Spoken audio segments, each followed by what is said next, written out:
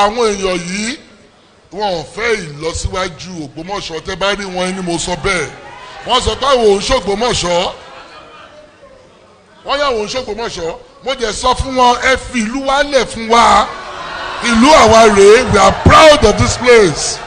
àjèjì ni wọ́n sọ ìtọ̀kítọ̀ wípé àwọn gbadé before Ṣọ̀ún tó bá gbé adé wá láti ibi tó ti wá ó wá forí balẹ̀ fún Ṣọ̀ún òun ló fi ẹ́ sàdúgbò tó wá. ṣé èèyàn lè wà ń bàdàn kó pe kó lóun lọ sí Jẹ̀rù ṣáárí mọ́tò èèyàn lè máa lọ sí orílẹ̀ gbọ́n kó sọ pé òun lọ sí orílẹ̀ gbọ́n bàdàn Ògbómọ̀ṣọ́ lè máa pè é ṣùgbọ́n àwọn ọba kan wà tí wọn ò gbà fún Ṣọ̀ún nǹkan tí ò bá ní orí àǹjọ̀nú ni nǹkan tó bá lórí méjì àǹjọ̀nú náà ni Ṣọ̀ún ló lórí gbogbo ọba Ògbómọ̀ṣọ́ as long tèmi bá jẹ́ Ṣọ̀ún wọn máa lulẹ̀ ni mo jẹ́ fẹ́ bẹ̀rẹ̀ ọ̀rọ̀ mi ni o alákẹ́ yìí ó ti lọ ẹ ti jẹ lé ìgbé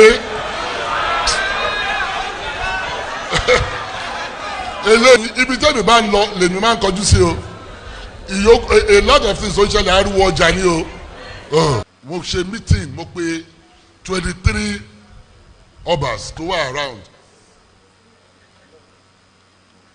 they came to the palace 21 of them came no mo pe 21 of them came ọ̀pọ̀lọpọ̀ wọn sọ pé àwọn ò wọ ààfin rí. That kind of meeting has never happened in 50 years. Ẹ pàtẹ́wọ́ fún mi.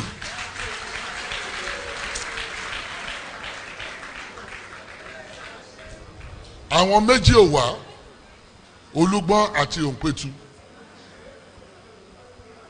Yàtọ̀ kí wọ́n wá wọ́n kọ lẹ́tà sí secretariat ni wípé ìpàdé tèmi ń ṣe ó wà illegal. Wípé mo pe àwọn lọ́balọ́ba èmi náà dá wọn lóhùn ìjà owú ni Ṣọ̀ún ní ọ̀gá gbogbo ọba l'Ógbómọ̀ṣọ́ òótọ́ nìyẹn ilẹ̀ Ògbómọ̀ṣọ́ lẹ wà ṣàbọ̀ pé gbangba mo ti ń sọ gbangba mo ti ń sọ wọ́n ní àwọn òun ṣògbómọ̀ṣọ́ mo dẹ̀ sọ wípé tẹ́ ẹ̀ bá ń ṣògbómọ̀ṣọ́ ẹ fi ìlú wa lẹ̀ fún wa inú àwa dùn àwa fẹ́ máa fi yangàn pé Ògbómọ̀ṣọ́ yìí láti wá we want people who are proud to say they are from this place. àdúgbò tó wà Ṣọ̀ún ló fi ẹ́ síbẹ̀ o wà lè wá kó sọ pé wàá dá kẹ́kẹ́ síbì kan kó wá fẹ́ di nǹkan míì irọ́ kò ní ṣẹlẹ̀ so nǹkan tí mò ń sọ òun ni wípé 20 something of them came àwọn méjì yìí àti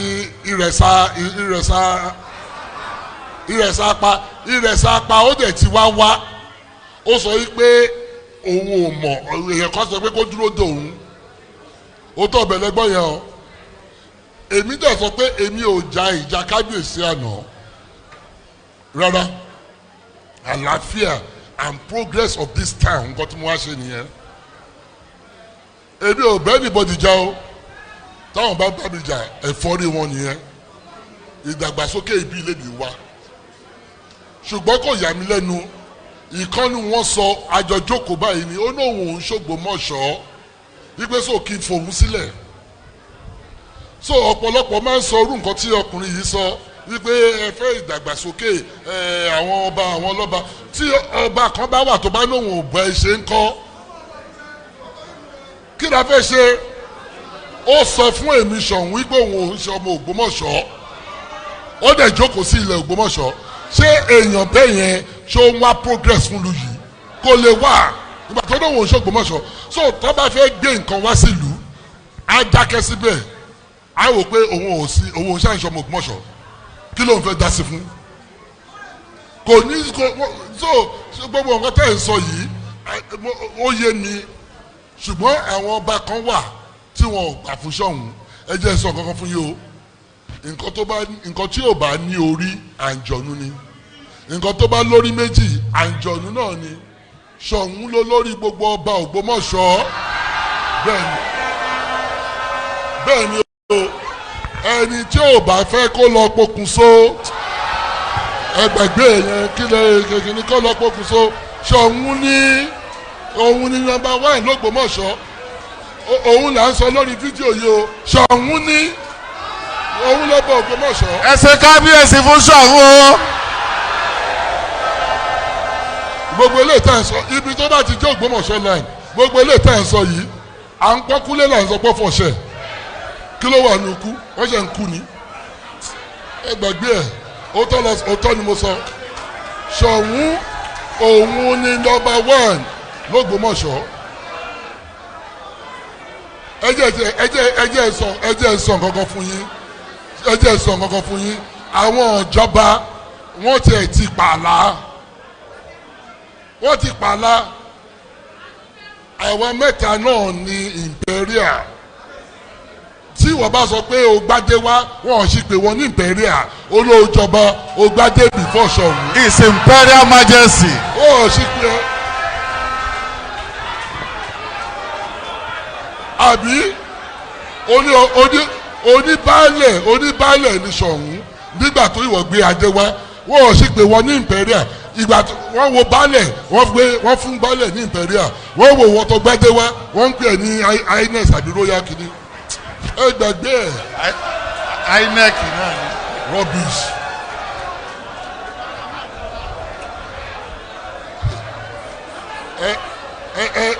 ẹ má wọrí ṣíà la máa fi pa wọ́n. àbí ṣíà pa yín. káàbọ̀ sí iléeṣẹ́ ìròyìn ìmọ́lẹ̀ ojú tẹ́ fi ń wò wá ò ní fọ́ etí tẹ́ fi ń gbọ́ wá ò ní. iléeṣẹ́ Imole TV ẹ máa wò wá. You can watch our program live on Imole TV Yoruba on Facebook and on YouTube. And you can also follow our social media accounts on Facebook, Twitter, YouTube, Instagram, and TikTok. This is Imole TV, a brilliant way to light your world.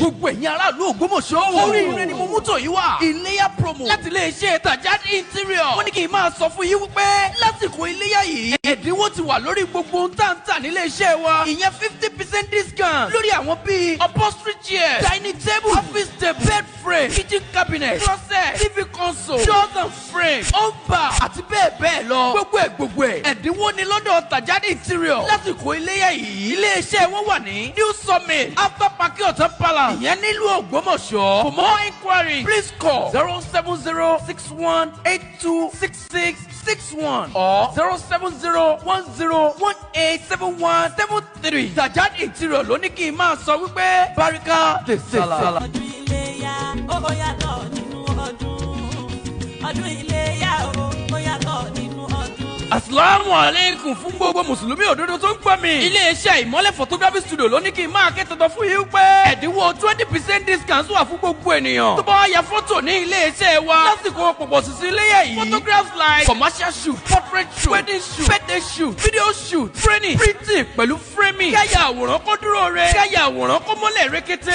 Káyà àwòrán kó má wò bàìbàì. Gbogbo ẹ̀. Ó di iléeṣẹ́ Imole photography studio. Tòró nìkan ló lè ṣe. Iléeṣẹ́ wọn wà ní Imole Media House, Blue Building, Sanimola along Okeanu Sabo Ogbomoso. For booking and enquiry, please call or chat 07041060176 tàbí 08036956116. 20% discount sí àsìkò ọdún iléyá yìí nìkan ló wà fún ọ. Ìmọ̀lẹ̀ dé. Hallelujah! Orí òkè agbára Ọlọ́run pọ̀ tó wà ní òkè Owódé. Ilé ìwé Ìwófinró l'Ógbómọ̀ṣọ́. Pé gbogbo ènìyàn sí ìsọjí alágbára ọlọ́jọ́ márùn-ún. Team Jésù ni ìmọ́lẹ̀ ayé. Jesus is the light of the world. Jòhánù orí kẹjọ ẹsẹ̀ 12. Àwọn ìránṣẹ́ Ọlọ́run alààyè tí Olúwa yóò máa lò fún ìsọjí náà ni. Prophet Joseph Olùdarí Rúlà láti ìlú Èkó. Evangelist Òjòadé láti ìlú Èkó. Pastor Peter Ilésànmí JP láti Ẹ̀rìn Èkìtì. Àwọn olórin ẹ̀mí Evangelist Mrs. Yemi David láti ìlú Ìbàdàn. Lady Evangelist Mrs. Yemi Àmọ̀ó. Evangelist Chris Christian ẹni ńlá lolúwa. Sister David Praise. Evangelist Jídé Oyèlámì. Evangelist Fẹ́mi Oyèwálé. Ìsọjí ọlọ́jọ́ márùn-ún náà yóò máa bẹ̀rẹ̀ ní Monday 16 títí Friday 20th June 2025. Aago 4 lójoojúmọ́ ni. Venue Owódé Grammar School Òkè Owódé area l'Ógbómọ̀ṣọ́. Ẹni tí a fi ìran yìí rán tí yóò sì máa gbà wá lálejò ni màmá wa nínú Olúwa. Prophetess Evangelist Ruth Àmọ́. Màmá orí òkè agbára Ọlọ́run pọ̀. Fún ẹ̀kúnrẹ́rẹ́ àlàyé ẹ lè máa pè sórí àwọn ẹ̀rọ wọ̀nyí 08034199957 tàbí 08177270704. Jésù lolúwa. City Villa Real Estate tó wà nílùú Ògbómọ̀ṣọ́ tún ti gbé àrà mi yọ o. Sala promo 2025. Alẹ́ ọgbà. Ra ilé tàbí kó ra ilẹ̀ kí o sì jẹ́ ẹ̀bùn rẹpẹtẹ bíi àgbò, àpò rẹsì, gálọ̀nù òróró àti àwọn ẹ̀bùn lóríṣiríṣi fún ọdún iléyá tó wọlé dé yìí. Ní ilé-iṣẹ́ City Villa Real Estate, a ní a 4-bedroom luxury duplex with 2-room self-con, base quarter with gate house on 1,000 square meter land, a 3-bedroom luxury duplex with gate house on 450 square meter land. Bẹ́ẹ̀ sì ni 450 square meter land wà fún títà on a special offer price. Real estate wá wà ní opposite Skitiam Hotel Òkè Owódé Ìrẹsà Àpárò nílùú Ògbómọ̀ṣọ́. 5-minute drive ní láti àfihàn. Ẹ lè pè wọ́n sórí ẹ̀rọ ìbánisọ̀rọ̀ wọ̀nyí 070-11-14-93 tàbí 070-11-14-63. Ẹ tún lè reach out sí wọn lórí cityvilla@gmail.com or www.cityvilla.com.ng. City Villa Real Estate ló ń kí gbogbo mùsùlùmí òdodo wípé a kú ọdún yìí o. Ẹ̀mí wa yóò ṣe ọ̀pọ̀lọpọ̀ rẹ̀. Amínà yàrá.